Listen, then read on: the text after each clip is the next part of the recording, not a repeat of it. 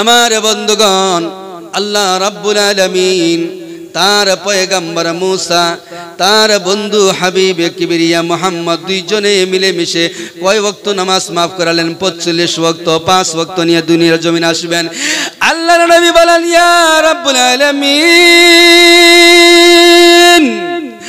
আপনার যা কিছু আমাকে দেখালেন আমি সব আমার উম্মতের কাছে গিয়ে বয়ান করব, আমার উম্মত সব মেনে নিবে।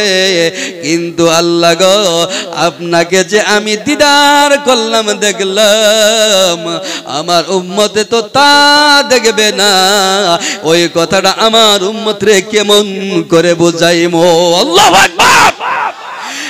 দোস্ত বুজুর্গ, আল্লাহর নবীর কাছে ওয়াদা দিলেন, আমার বন্ধু মুহাম্মদ তুমি দুনিয়ার জমিনে যাও, তোমার উম্মতের কাছে গিয়া ওয়াজ করার বয়ান করে দিয়া বলো, তোমার উম্মত যদি নামাজের মধ্যে দাঁড়া হয়ে যায়, আমি আল্লাহ স্বয়ং তার সিজদার মধ্যে গিয়ে আমি আল্লাহ দিদার করব।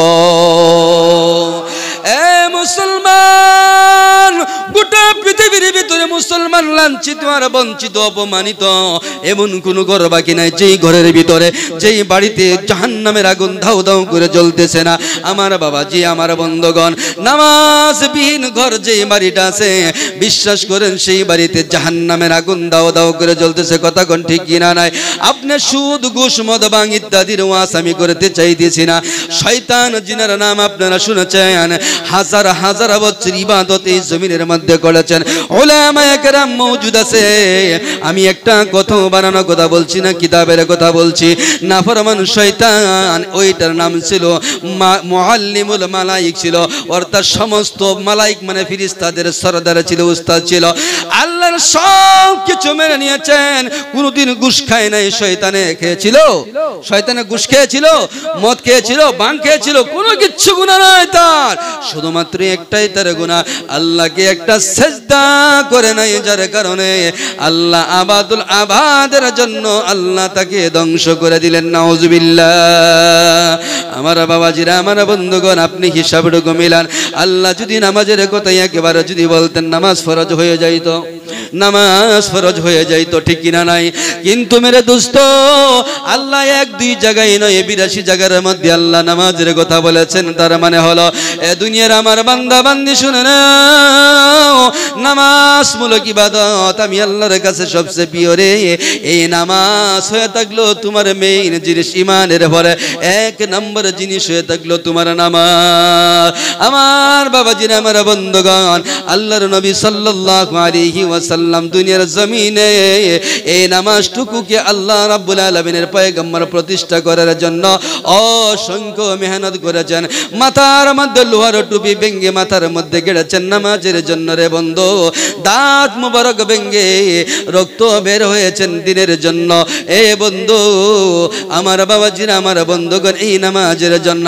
আমার বাবাজিরা, আমার বন্ধুগণ, আল্লাহর নবী বলেন, ও আমার উম্মতরা শুনে না, ও আমার বাবাজিরা, আমার ভাইয়েরা, হাসরের কঠিন বিচারের দিনে হযরতে মায়েশা রাদিয়াল্লাহু তাআলা আনহা বলেন, ইয়া রাসূলুল্লাহ, ইয়া হাবিবাল্লাহ, নবী গো, হাসরের কঠিন বিচারের দিন অসংখ্য অন্যান্য নবীদের উম্মত থাকবে, আপনারও তো উম্মত থাকবে। ও নবী, অসংখ্য আপনার উম্মত থাকবে। অতএব আপনার উম্মতগণকে আপনি কেমন করে চিনবেন? আল্লাহর নবী হযরতে মায়েশাকে বলেন, আয়েশা বিবি রে, তোমার প্রশ্নের জবাব আমি বাদে দিব, আগে আমার প্রশ্নের জবাব দাও। আয়েশা বলো তো দেখি, 100 গুড়ার পালের মধ্যে যদি একটা চান কবাল্লা গুড়া থাকে আয়েশা, ওই গুড়াটুকু আমি কি চিনবো না? চিনবো না।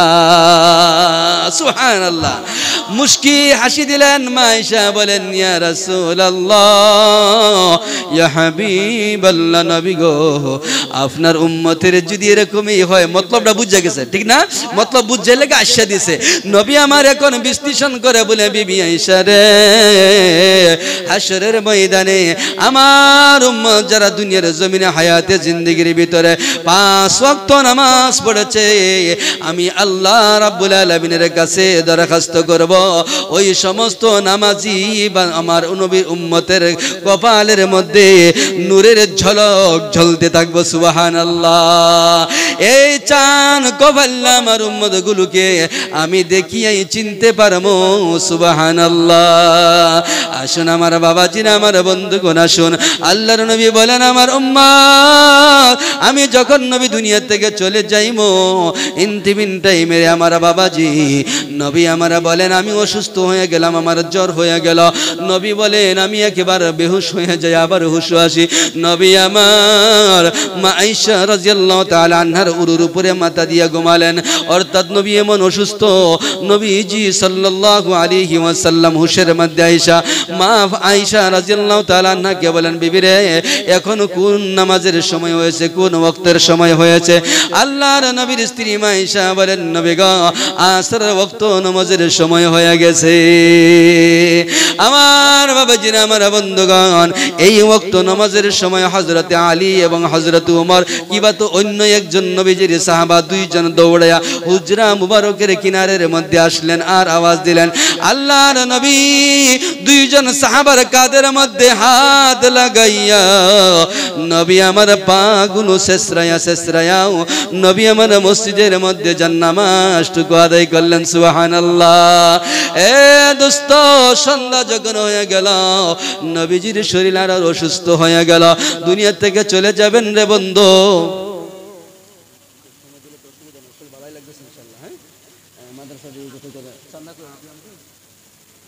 আচ্ছা আচ্ছা ইনশাআল্লাহ। আমার বাবাজিরা হযরতে মা আয়েশা রাদিয়াল্লাহু তাআলা আনহাকে বলেন, আল্লাহর নবী বলেন, বিবি রে এখন তো আমি অসুস্থ হয়েছে, মানে নবীর হুঁশ নাই, জ্ঞান ফিরে যখন আবার আসলেন হযরতে মা আয়েশাকে বললেন, আয়েশা বিবি রে আমার সাহাবারা কি করেছেন? আল্লাহর নবীর কাছে বলেন, ইয়া রাসূলুল্লাহ আপনি বেশি অসুস্থ থাকার কারণে আমার বাবা আবু বকর ইমামতি করেছে আর সকল সাহাবায়ে কেরাম নামাজের জন্য সব বেঁধে দাঁড়া হয়ে গেছে। আবার কন্যা সুবহানাল্লাহ। আল্লাহর নবী বলেন, আয়েশা আমার মাথা টুকু উঁচু করে দাও, ও দুনিয়ার মানুষ আপনি নামাজ কেমন করে ছাড়বেন? নবী আমার বলেন, আমার উম্মত শুনে নাও। আল্লাহর নবী হযরতে মা আয়েশাকে বলেন, বিবি রে আমার মাথা টুকু একটু উঁচু করে দাও, আমার মাথাটা একটু উঁচু করে দাও, ওই জানালার পর্দাগুলো হটাইয়া দাও, আমি দেখতে চাই আমার উম্মতগুলোকে, আমার সাহাবাগুলোকে দেখি। খোদার কসম বন্ধু, নবী যখন মাথা মুবারক উঁচু করে ধরলেন, ওই জানালার দিকে যখন নবী তাকায়া দেখলেন, ইন্তিমিন টাইমে নবী দৃশ্যটা দেখে হযরতে আবু বকর নামাজ পড়াচ্ছেন, বাকি সমস্ত সাহাবা পিছে মুসল্লি হয়ে নামাজ পড়তেছেন। দৃশ্যটুকু দেখা নবীজি ছোট্ট মানুষের মতো হাউমাউ করে কান্না শুরু করলো। লা ইলাহা ইল্লাল্লাহ, একটু জোরে লা ইলাহা, আরো জুড়ে বাইলা ইলাহা ইল্লাল্লাহ লিকুল্লি শাইইন সিকালাতুন ওয়া সিকালাতুল কুলুবি যিকরুল্লাহ। মাঝে দিয়ে একটা কথা মনে পড়ছে, এই যে জিকির, আল্লাহর নামের জিকির করলাম, লা ইলাহা ইল্লাল্লাহ, আমাদের জবান দিয়ে বের হয়ে আসে না রে বন্ধু। একটা হাদিস মাঝে দিয়ে মনে পড়ছে, কইতাম নি নাই, এমন মজমা আমি খুব কমই পাইতেছি, মনে কয় খুব কমই পাইছি মেরে দোস্ত, খারাপ পায়েন না। এত বড় বিশাল মজমুয়া কলিকাতার থেকে হুজুর আনছেন, যেখানে মানে আবার কেউ খারাপ পায়েন না, এরকম জলসা আলহামদুলিল্লাহ আমরাই 12টা-1টা পর্যন্ত চালাই দিতে পারি।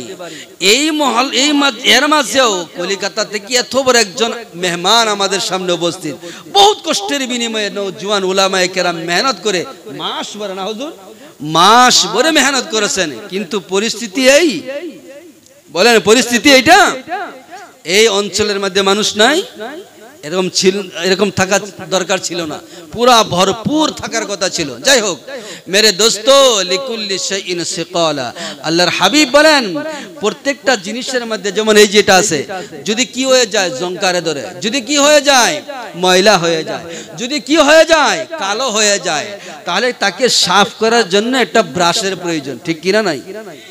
আরো জোরে বলেন ঠিক কিনা নাই? নবী আমার বলে, ও আমার উম্মত, তোমার অন্তর, আরবিতে বলেন কলব, আরবিতে কি বলেন কলব, আসামিজ কিবা তো বাংলা ভাষায় বলে হৃদয়, কিবা তো দিল, ঠিক কিনা হুজুর? এই দিলের ভিতরে রে বন্ধু গুনাহ করতে করতে, গুনাহ করতে করতে আমাদের কলব টুকুরে কি করেছি জানেন? নেকাল আংড়ার মতো করে দিয়েছি। আল্লাহর হাবিব বলেন, ও আমার উম্মত, এই কলবটুকু তুমি কি মনে করে পরিষ্কার করবা? নবী আমার শিক্ষা দিয়ে গিয়েছেন, তুমি দুনিয়ার কোনো ব্রাশ দিয়া ওই বুকের উপরে যদি মলতে থাকো চামড়া খুলে যাবে, কিন্তু তোমার কলব পরিষ্কার হবে না। কিন্তু বন্ধু রে, আল্লাহর নবী বলেন, আল্লাহর নবী বলেন তোমার এই কলবটা পরিষ্কার করতে যদি চাও, তাহলে আল্লাহর নামের জিকির করবা, আল্লাহ তোমার কলবটাকে পরিষ্কার করে দিবে। সুবহানাল্লাহ। তো জিকির করি লা ইলাহা মুহাব্বত লা ইলাহা ইল্লাল্লাহ, জুরে লা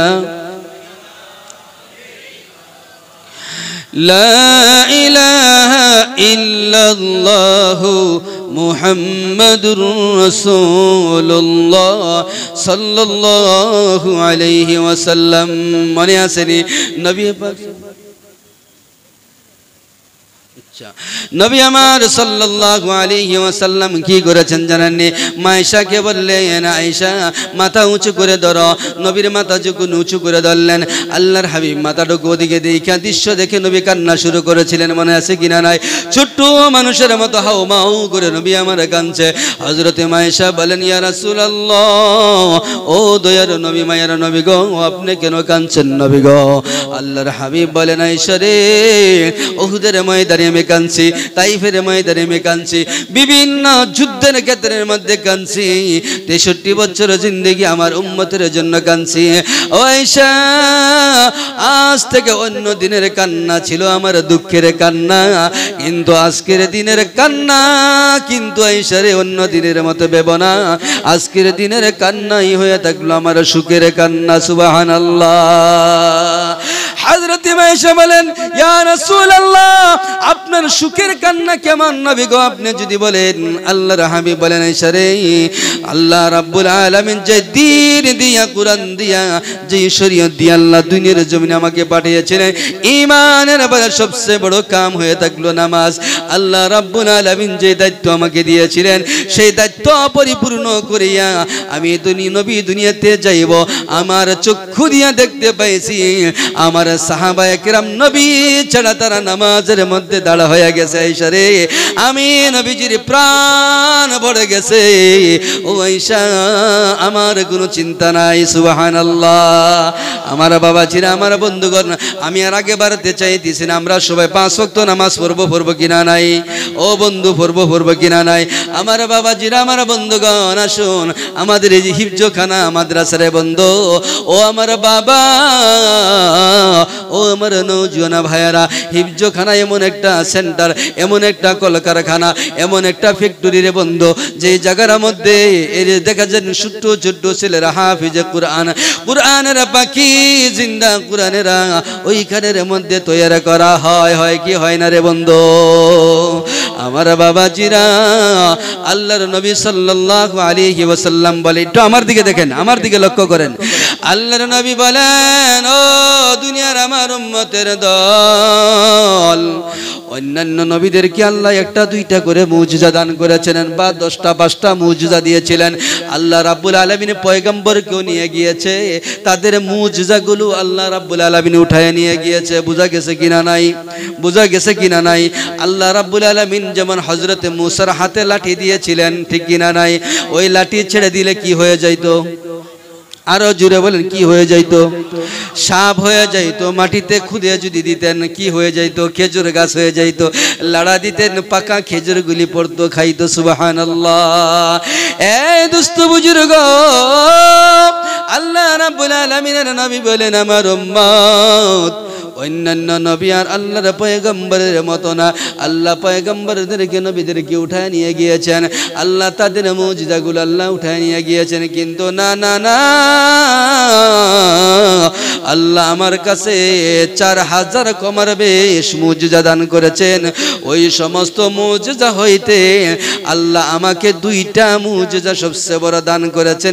1 নাম্বার কুরআন কিতাবুল্লাহ, 2 নাম্বার নবী পাকের মধুর বাণী সুন্নতে রাসূলুল্লাহ। সুবহানাল্লাহ। নবী আমার বলেন বন্ধু, ও দুনিয়ার আমার উম্মতেরা, তারাকতু ফিকুম আমরাইন, আমি তোমাদের কাছে 2টা জিনিস ছাড়িয়া যাইতেছি। অন্যান্য নবীদের মতো আমি মুজিজাগুলো নিয়ে যাইতেছি না, তোমাদের সিনার মধ্যে রেখে যাইতেছি, তোমাদের হাতের মধ্যে রেখে যাইতেছি। আমার বাপজানেরা, আল্লাহর হাবিব বলেন তারাকতু ফিকুম আমরাইন, তোমাদের কাছে 2টা জিনিস ছাড়িয়া যাইতেছি। লাং তাদিল্লু মা তামাসসাকতুম বিহিমা, যতদিন পর্যন্ত ওই 2টা জিনিসকে তুমি আঁকড়ে ধরবা অতদিন পর্যন্ত তুমি গুমরাহ হবা না, অতদিন পর্যন্ত তুমি নাফরমান হবা না, অতদিন পর্যন্ত তুমি পাপাচার হয়ে যাইবা না, অতদিন পর্যন্ত তুমি গুনার কাজে লিপ্ত হইবা না। ওই 2টা জিনিসের নাম আল্লাহর হাবিব বলেন কিতাবুল্লাহ। 1 নম্বর আল্লাহর কালাম কুরআনুল কারীম, 2 নম্বর নবীজির সুন্নাত সুন্নতে রাসূলুল্লাহ। আমার বাবাজিরা, একটা মুহূর্তের জন্য আপনি কান খুলে শুনেন। তৌরাত আল্লাহর কিতাব, উলামায়ে কেরাম আছে, আপনি বুঝেন কি না বুঝেন, ভালো করে মনোযোগ দেন। তৌরাত আল্লাহর কিতাব, জবুর আল্লাহর কিতাব, ইনজিল আল্লাহর কিতাব। তার মানে কি হুজুর? আল্লাহ রাব্বুল আলামিন ওয়ার্ডার করেছেন, ফেরেশতারা কিতাবগুলো লিখে দিয়েছেন, 1 মর্তবা নাজিল করে দিয়েছেন। আল্লাহ রাব্বুল আলামিনের পয়গম্বর দুনিয়াতে চলে গেছে, আর তৌরাত জবুর ইনজিল উঠায় নিয়ে গেছে। কথা কোন ঠিক কিনা নাই? আল্লাহ রাব্বুল আলামিন বলেন আমার বান্দা কুরআনের বেলায় বলেন হাদা কালামুল্লাহ, সবাই বলেন না সুবহানাল্লাহ।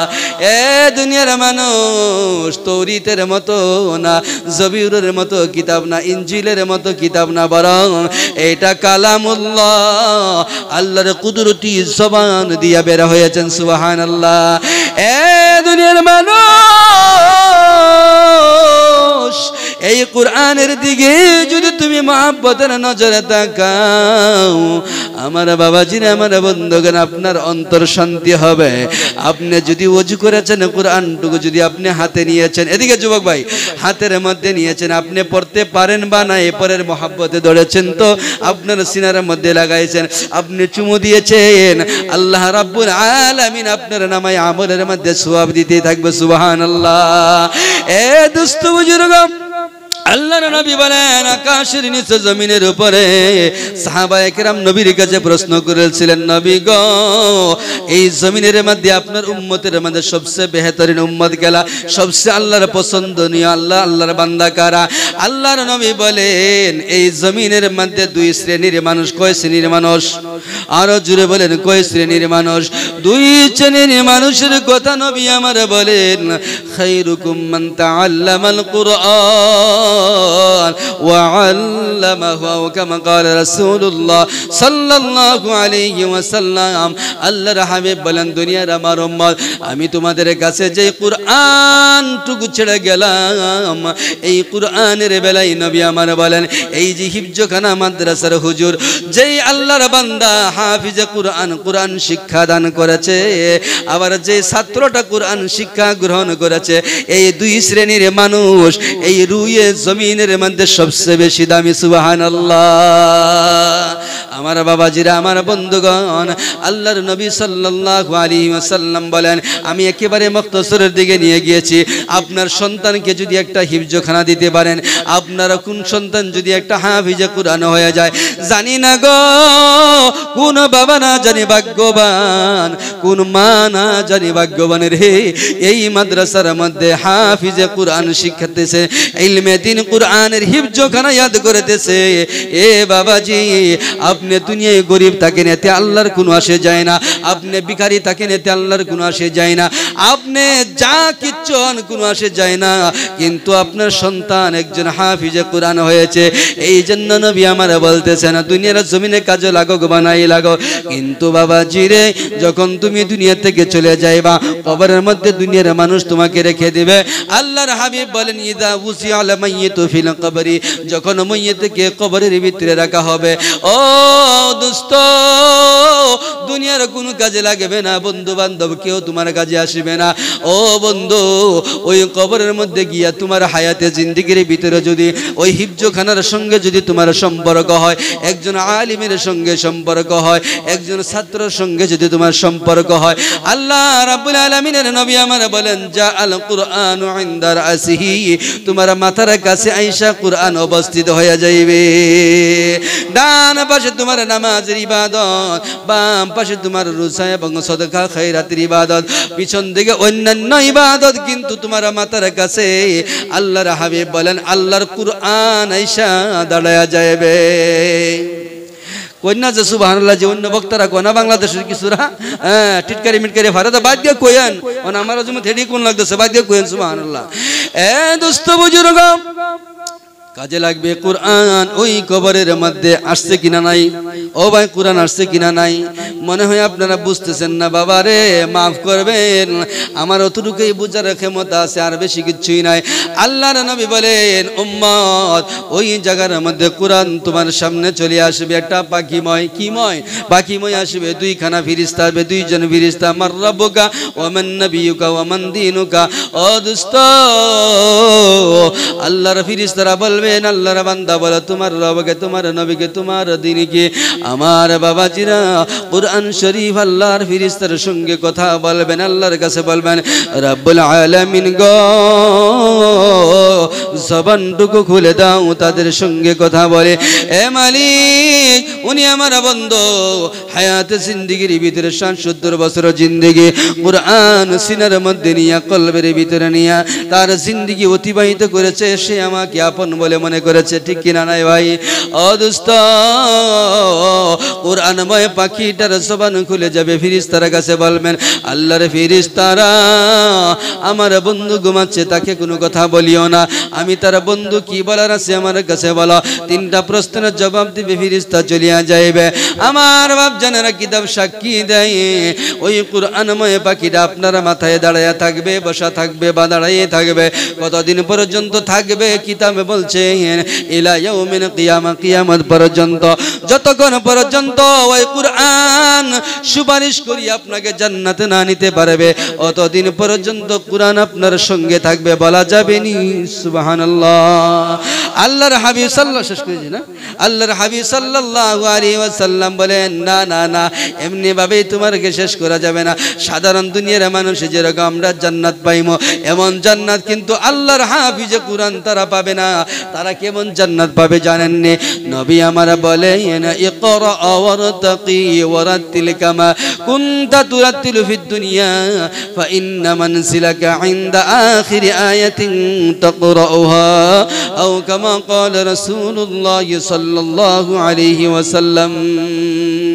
হাসরের বিচারের দিন আল্লাহ রাব্বুল আলামিন বলে বান্দারে ইকরা, তুমি পড়ো, তুমি পড়ো, একটা আয়াত তুমি পড়ো, দুনিয়ার জমিনে যেমন পড়াবো বলছিলা আলহামদুলিল্লাহি রাব্বিল আলামিন, যেরকম সুন্দর মধুর আওয়াজ দিয়ে পড়েছিলা আজকের দিনেও তুমি সেরকম ভাবে তোর তিলান হিসাবে সুন্দর করে পড়ো। আর পড়ো, আর একটা কদম তুমি আগে বাড়ো, সিঁড়ি চড়তে চড়তে উপরের দিকে যাও। 6666টা আয়াত আল্লাহর বান্দা পড়বে আর উপরের দিকে চলবে সুবহানাল্লাহ। যেই জায়গার মধ্যে গিয়ে তোমার তেলাওয়াত বন্ধ হবে রে, ওই জায়গার মধ্যে আল্লাহ তোমার বালাখানা আল্লাহ দান করে দিবেন সুবহানাল্লাহ। এর মধ্যে শেষ নয়, বরং আল্লাহ রাব্বুল আলামিন ওই দিন তার বাবা মা, তার আত্মীয় স্বজনের বন্ধু 10 জন মানুষ যদি জাহান্নামের লিস্টের মধ্যে নাম এসে গেছে, 10 জন মানুষ জাহান্নামের মধ্যে যাওয়া ওয়াজিব হয়ে গেছে, আর তারা জান্নাতে যাওয়ার কোনো রাস্তা নাই। আল্লাহর নবী বলেন এই কুরআনের সুপারিশের বরকতে হাসরের বিচারের দিন আল্লাহ জাহান্নাম যাদের উপরে ওয়াজিব হয়ে গেছে ওই সমস্ত জাহান্নামীদেরকে আল্লাহ একজন হাফিজে কুরআনের বরকতে জান্নাতের মেহমান বানাইয়া দিবে। আমরা লক্ষ্য করবো তো ইনশাআল্লাহ হিফজখানার দিকে, একটু জোরে বলেন না, করবো তো ইনশাআল্লাহ। হুজুর আর 2 মিনিট কয়ে শেষ করছি। হ্যাঁ, আল্লাহ রাব্বুল আলামিনের নবী আমার বলেন বন্ধু আমার একটা হাদিস মনে পড়ে গেছে, হাদিসটা ব্যাখ্যা করে শেষ করছি। ও বন্ধু বাবাজি, আমি ভাবছিলাম না আজকে এখানে এসে কথা বলতে পারবো, কিন্তু আল্লাহর মেহেরবানি, আল্লাহর রহমত আর বরকত, ও দোস্ত দিনের খাতিরে মনে হয় আল্লাহ আমাকে কবুল করেছেন। বাবা আপনি আসুন, নবী আমার বলেছেন 4টা দলের মধ্যে তুমি অন্তর্ভুক্ত হও। কয়টা দল? বুঝে থাকলে জোরে বলেন, কয়টা দলের মধ্যে অন্তর্ভুক্ত হও? 4টা দলের মধ্যে। 5ম দলের মধ্যে তুমি হামায়ও না, অর্থাৎ বিজেপি মার্কা হয়েও না। আমরা যেমন কইরম নি, না না, আপনি 4টা দলের অন্তর্ভুক্ত হও, 5ম দলের মধ্যে যাইও না। আল্লাহর নবী বলেন কুন আলিমান আও মুতাআল্লিমান আও متبعا أو محبا ولا تكن خامسا فتهلك أو كما قال رسول الله صلى الله عليه وسلم। নবী আমার বলেন দুনিয়ার উম্মত কুল আলিমান, তুমি একজন আলিম হও, যদি না হইতে পারছো তুমি একজন তালিবুল ইলম হও, অর্থাৎ তোমার একটা সন্তান তুমি মাদ্রাসায় পাঠাও। কথা কোন বুঝছেন কিনা নাই? তুমি যদি তাও হতে পারো নাই তুমি নৈরাশ হয়ে যাও না। আও মুত্তাবিআন, 3 নম্বর তোমার একটা অপশন আছে, তুমি একজন আলিমের অনুসরণ করিয়া চলবা, তোমার জিন্দেগিটা আলিমের সঙ্গে তুমি মিলাইয়া চলবা। ওলামায়ে কেরাম যেভাবে বলে তুমি সেইভাবে চলবা। ওলামাদের হুটকি দিয়ে খালি খুঁড় দিও না, আর খালি বদলাম গায়ও না। ও বন্ধু 3টা দলে যদি তুমি অন্তর্ভুক্ত হইতে পারো নাই, 4র্থ নম্বরে আল্লাহর নবী একটা সিদ্ধান্ত দিলেন, আও মুহিব্বান, তুমি একজন আলিমকে কিবা তো একজন আলিম মাদ্রাসার ছাত্রকে ভালোবাসো। সুবহানাল্লাহ। হাসরের কঠিন বিচারের দিন এমন একটা পরিস্থিতি আসবে রে ভাই, আপনার জীবনের কোনো ইবাদত আল্লাহর কাছে গ্রহণযোগ্য হইল না। আল্লাহ শেষ মুহূর্ত বলবেন আমার বান্দারে তোমার আমল নামার মধ্যে শুধু গুনার গুনাহ, তুমি তো জাহান্নামে যাইবা। অতএব তোমার কাছে আমি একটা আখিরি কথা বলে দেই, এ আল্লাহর বান্দা, আল্লাহ বলবেন তুমি তোমার কোনোদিন ওলামাদের সঙ্গে তোমার সম্পর্ক ছিল নাকি? আল্লাহ গো, আমার বাড়িতে একটা ছাত্রকে জাগিরে খাওয়াইছিলাম, আমি একটা ছাত্রকে ভালোবেসেছিলাম, ওই মাদ্রাসায় 1000 টাকা একদিন চান্দা দিয়েছিলাম, এই সম্পর্কটা মহাব্বত আর ভালোবাসা ছিল, এর বিহীন আমার কাছে আর কিচ্ছু নাই।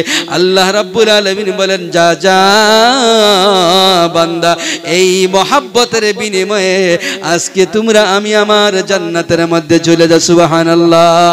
আল্লাহ রাব্বুল আলামিনের কাছে দোয়া করি আল্লাহ আমাদের সবাইকে শোনাতে বেশি আমল করার জন্য তৌফিক দান করুন। সবাই বলেন আমিন।